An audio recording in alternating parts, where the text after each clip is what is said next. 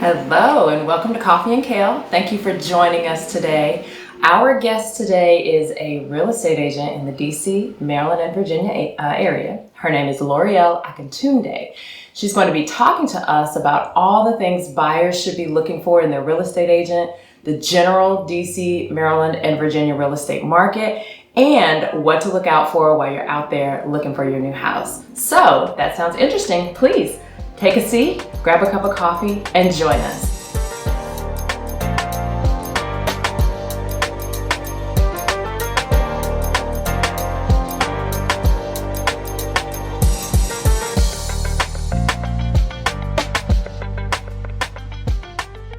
Welcome to the Coffee and Kale podcast.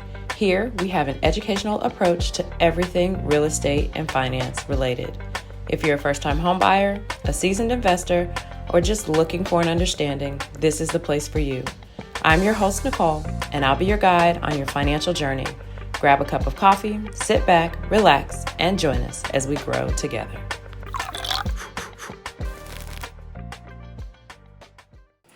Hello, welcome to Coffee and Kale, and I also want to welcome Lorielle Akundunde to the podcast this morning. She is a real estate agent with RLAH in the DC, Maryland, and Virginia area. Welcome. Thank you for having me. Of course, thank you for joining us. So we are going to talk about buyers and their process when they're looking for a home, when you are actually out actively looking, when they're getting ready to look for a home. Mm-hmm. And with your experience in the market, I just knew you were the perfect person.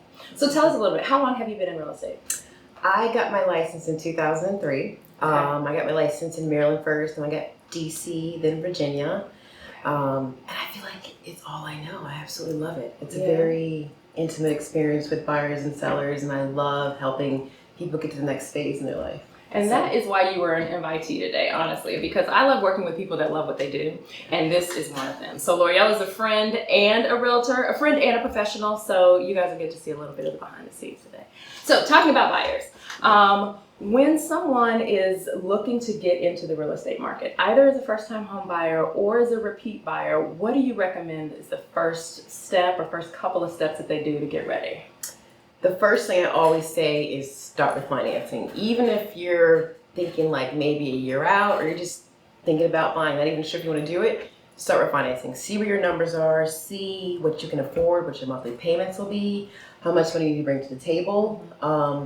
Those are the most important things because it'll get you ready. It'll get your mindset there. You may realize you have something in your credit that shouldn't be there. You can fix that. You may realize you need more money. Yeah. You may realize that you qualify for more, but your comfort level is this level. So start with the numbers. I always say it's like going to the grocery store and not know how much money you have. Are we buying steak or are we buying broccoli? Like we don't know. You got to know. That's the first start. And it doesn't matter how far away, how far out you're looking, like start there. Okay. And I did not plant that question as a mortgage professional. That is just the truth. You should get started knowing what your budget is. Okay. Absolutely. So then after that, do they then engage a real estate agent? Do you do a consultation? Do you get out and look? Like, what does the process look like once you know how much you can afford? I actually try to do the consultation before they speak to the lender. Okay. But if I can, it's right after it. But yeah, I think I like to sit with first-time home buyers and explain the process. I know the first time I bought a house, and I was actually a realtor, and I was still like, ooh, this is really daunting. It's almost like calculus. Like, what are we doing? What are all the numbers mean? But I would say sit down, talk with the realtors. Let's figure out, like, what you're trying to achieve. Like, what's your timeline? What are your hopes and dreams? Is it a long-term house? Is it short-term? Is it an investment? Long-term? What are you thinking? So start that process. We can flesh it out, talk to a lender, figure out like where your monthly payments you want them to be. But a realtor is supposed to help you with the plan of action. I love helping my clients like, okay, this is what we're going to do. We got 6 months or we have 2 months or we have a year, but just having that conversation, dialogue. And my job, I always say, is to guide you from start to finish. Like, I'm your cheerleader. I'm your go-to person. Text me, call me, like, let's figure it out. Yeah. So, and I would imagine you work hand in hand with the lender in that space because... So people like you, sorry to cut you off, are valuable to me. Yeah? Yes. Well, I find it helpful with realtors who understand, like, look, we've gone out and we've seen a couple and maybe we're a little... not seeing what you want for the budget you have to spend, especially in DC. Maybe in Maryland and Virginia, you can move it a little bit, but there's such a little block of space and houses that are available in DC that often, at least my experience is, people get out there and they say, okay, I know I said I really wanted X per month, but I'm not seeing what I wanted X per month. How do you handle that? Like with the lender and with the buyers?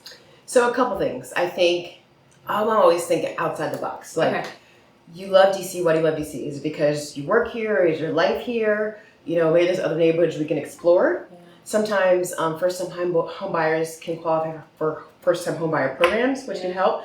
Sometimes they have parents or people that can give them gifts. And sometimes your job will give you something. Sometimes you can borrow against your RLAH or 401k. So I feel like you need to think outside the box. Let's figure out like what the goal is, and let's work backwards into it. Because it is expensive in DC, and sometimes we have to really unpack like what do you really want, and sometimes it changes. And I tell people it's okay. What you want when we first start may change, and that's fine, but that's part of the process. What's most important to me, like, actually parking's not that important. I really need to have natural sunlight. Like, that's the deal breaker for me, is the natural sunlight, you know? And that's why I have a realtor too to walk you through that. You know, which is another reason I'm thankful for realtors too, because I get buried in the numbers. Here's what the number is, and someone calls and says, I love this house, but it has a $500 a month condo fee. Well, I don't know how to help you on that one. But all of that to say, don't be so, I guess the guidance would be, try not to be as rigid up front, like go out and see and determine. And broaden your horizon. Do you really need that $500 condo fee? Are you using amenities? Like, unpack what you're really getting. If you know, like, I travel a lot, I don't want to do anything, I want everything right there, then maybe it's worth it to you for a doorman and a pool and all that. But if it's not that important to you, maybe go for a townhouse in a less desirable neighborhood or up and coming neighborhood. You know, so be open to what it looks like. There's cute little pockets I love, like right outside the city. Like Hyattsville and Mount Rainier are so cute to me. Tacoma. So open, be open to different neighborhoods. And then, all right, so now we have determined how much you can buy. We've taken a trip, 1 or 2 tours maybe out in the neighborhoods, and invariably buyers use Redfin and Zillow and some of the other websites that are available to them. How do you recommend that buyers use that kind of personal time and personal searching in conjunction with the services of a real estate agent who's actually walking them through the process and opening the doors? How would you encourage people to leverage those platforms? I would say a couple things. Zillow, they're all good resources. They're all great tools. I think what Zillow makes me the most nervous, especially with my sellers, is there's estimates. They're not always right. So people take those as like, this is the market. And at times they're not. They factor in things that, I had a client, their house was on the market and Zillow had an estimate that was so low, but they weren't factoring their backyard or their lot size was wrong. So I always say, take it with a grain of salt. I'm actually a fan of the Redfin app. I feel like agents use it. It's very user friendly. So I say use all the tools, but take it with a grain of salt. The more knowledge you have, the better. And sometimes, like a lot of times, my client finds a property, but I'm there to help them negotiate, talk to the agent, find out what the seller wants. I always say, my job is to make it really, really hard for the seller to say no to you. I don't want them to say yes. I want them to see your offer and be like, I gotta take it. So my job is to make nice with the listing agent, find out what they want, make even the listing agent be like, gosh, this is a really good offer. And the agent was really easy to work with. Like, that's where I step in the negotiation, help you along the way, see what programs you qualify for based on the zip code. So it's not always me finding the property, but it's me getting you the best deal, getting you to closing, making sure that I feel like one of the things I'm a stickler for is a home inspection.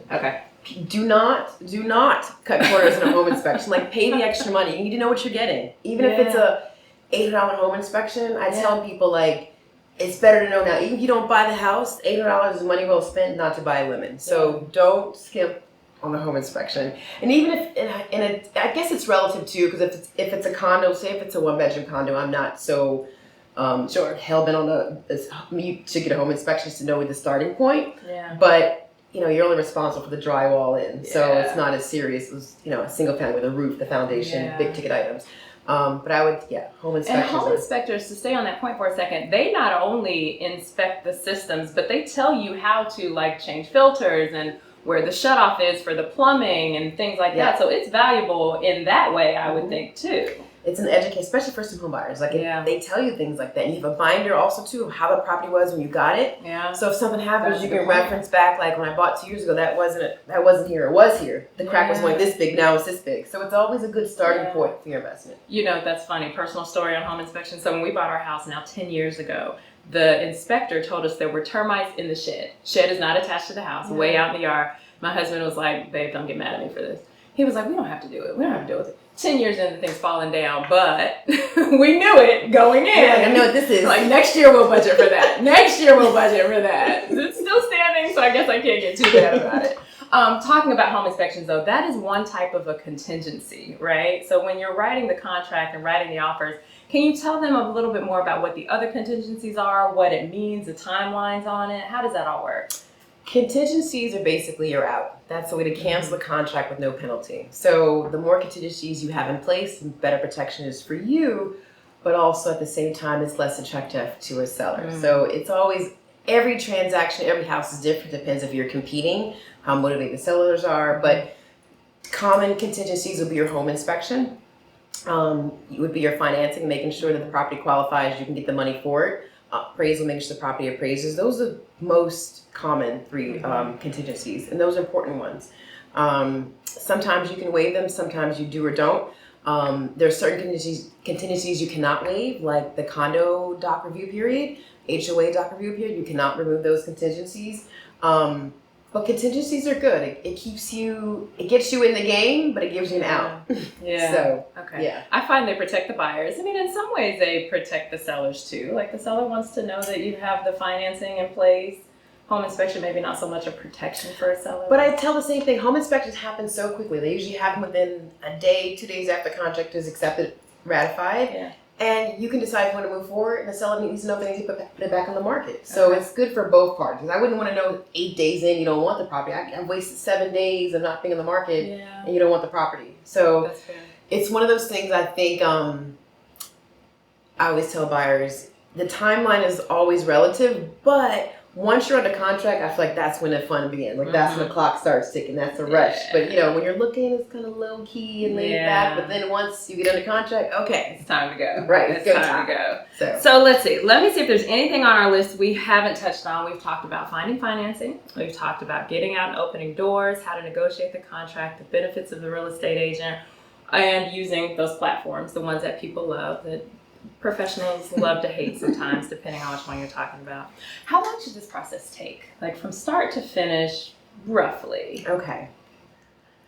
It varies, of course. But I've seen it happen in like 30 days. And I've seen it happen in 6 months. But this is the thing. It just depends on your timeline, how particular you are, what's most important to you. I've had buyers go out the first time and like, oh my gosh, I love this property. And they're like, I can't buy it. It's the first place I saw. So we go out a few more times, like that's the one. Hopefully the property's still there. But I always say most buyers know within the first like 10 seconds if it's gonna be like a strong consideration. Because if you walk in, it's good. And it gets better and better, that's a good sign. If it starts to go down, that's a good it's not that's the one. That's a good sign too. Yeah, like I know. Check this one off the list. Right. Okay. But I would say I would give myself at least, just to be safe, at least 3 months. Okay. Because once you find a place, we know at least that's gonna be 30 to 45 days. So that gives you 2 months solid. But in a perfect world, give yourself as much time as possible so that you can take your time. Just get your money more. So that's a great curtailment, actually. So how much should buyers expect to put out of pocket up front while you're under contract or looking, or what kind of checks do they need to write in the beginning of the process? Good question. Your home inspection, you'll pay out of pocket up front. And so that's just money to make sure that's what you want to buy. Typically, the appraisal is paid before you go to collect for that. Those are the only, if you pay for your, some people pay for their home insurance up front outside of closing. Some people put it on their closing statement. But when I usually give people an estimate of 3.5% for closing costs, is what you're typically going to pay. That 3.5% includes all of that. Includes your home inspection, the appraisal. It's just that you paid at different times. But I would factor in that amount. And that's 3.5% of the sales price. Sorry, yes, 3.5% of the sales price, yes. Anything else? Any other surprises that happen, either monetarily or just process-wise, that folks should be aware of, or maybe consistent surprises that pop up throughout the process? I think I'm trying to think what's big. I think the biggest thing, I think buyers don't realize how quickly it happens once you get under contract. And I've had a couple times where the insurance has been an issue. Like, that's why I would say get the insurance early. Because if they file 50 claims, you're not getting insurance, and that's your out. That's a great point. Because you never know. Like, that's another reason why it's important to work with like seasoned professionals, because that's a great point. I will quote, from a mortgage perspective, give you an estimate of a monthly payment. That's assuming you have no claims on your insurance. If you get to your State Farm or Allstate or whomever, and you have a car claim or past renter's issue or something else, that number goes up, your monthly payment goes up, and then the realtor's angry with me because the payment is $200 more than what you planned for. But that's a great point. Do that early. Do that early. It's still under your finance contingency if you have one. So that's exactly right. Actually, I might modify my process to have to encourage people to shop around for insurance agents earlier during pre-approval. Because I used to think it was towards the end, but now I'm like, no, get it done quickly, so you know. It's better to know. That's a good point. Because you may go back and negotiate. Be like, listen, maybe the property you're buying had a bunch of claims on it, and that's true. Increases the insurance. Like, I'm gonna need you to give me credit for all these claims you made, but now my insurance is going up. And that's where your realtor comes back in to renegotiate those credits and conditions. And now that the seller knows this, they have to tell it. So you kind of in a good spot. Yeah. So. So anything else that you want folks to know? Anything you wish you knew before the first time you bought, or maybe even a subsequent time you bought? Just lessons learned? I would say just take your time, be very discerning. I think always think of like the nitty gritty, like where is a grocery store? Am I gonna have groceries delivered? Where's the car wash? Things that are important to you. Think about that, like how can you really live your life here? And why do you want to live here? Is it closer to work, or where do you spend your weekends? Where are your friends? Those details. Focus on those. Okay. All right. So parting question, parting thought. The name of this podcast is Coffee and Kale, because those are the two things that keep me alive, literally. Coffee in the morning and a kale green juice at some point during the day. So what about you? What are the two things that push you, or maybe not two? What are the things that keep I would say two is tiny. Sorry. Yes, please. The floor is yours, my friend. But really, what keeps you going? It's funny. I have an extroverted job, but I'm actually an introvert. Yeah. So quiet time. Okay. If I have quiet time, that's like my reset. Okay. And meditation. That's part of my quiet time. And running. Running is how I keep sane. Yeah, I love that. So movement and new experience. I love to do new things. That keeps my juices flowing. I love it. So thank you for joining me today. Thank you for having me. Of course, I would have it no other way. And maybe I can get you to run the half marathon with me here in a little while. You can half marathon? Oh, I'm nervous. I just did my first 10 mile in the Cherry Blossom, and I feel very good about it. That's right. I remember that. Yeah. Half marathon? Let's talk about that. that. Thank you for joining us today. Please comment, like, and subscribe, and call us. Lorielle's information will be in the description box below, so I'll make sure you know how to get in touch with her. I'll make sure you know how to get in touch with me, and thank you for your time today. See you later. Thank you so much. Okay.